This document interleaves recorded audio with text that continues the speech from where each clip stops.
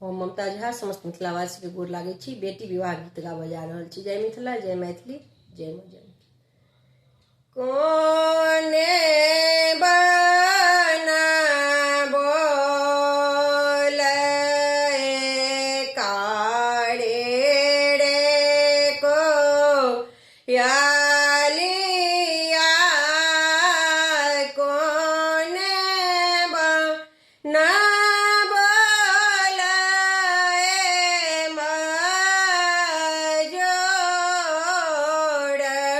या कोने बना बोले काड़े रे को याले कोने बना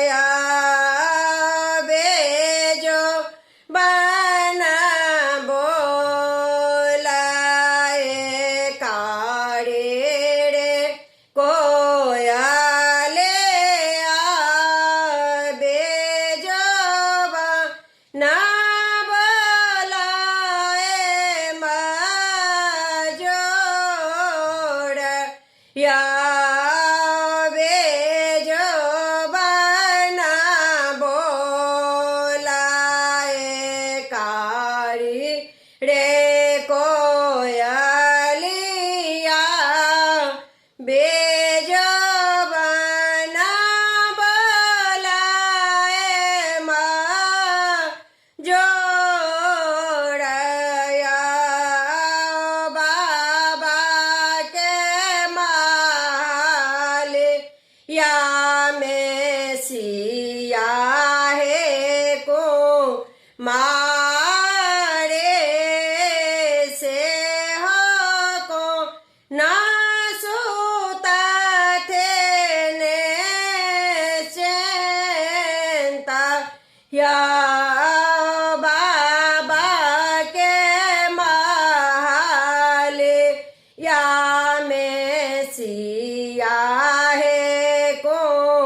मारे से हो को ना सोता थे ने चेंतया जाई यो आहे बाबा नगारा आयो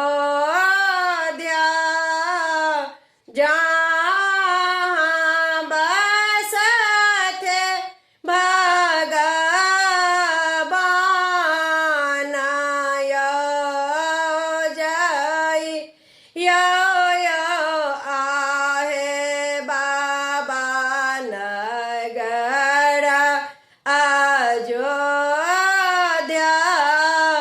जहाँ बसते भगवान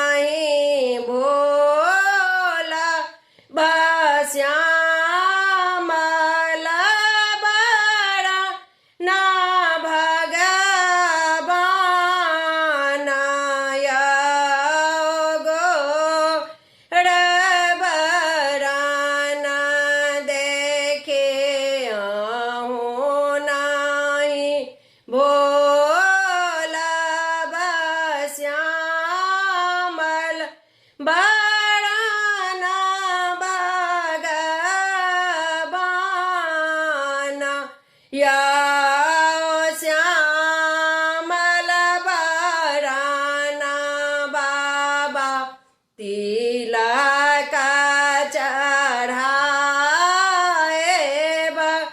हुना के सहेत बियाह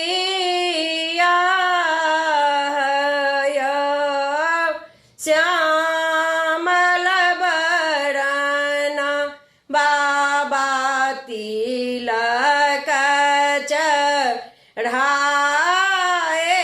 बहुना के सहेत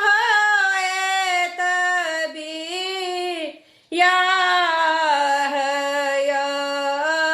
तोल से दास प्रभु तुम्हारे दरस को राम सीता के होयत ब्याह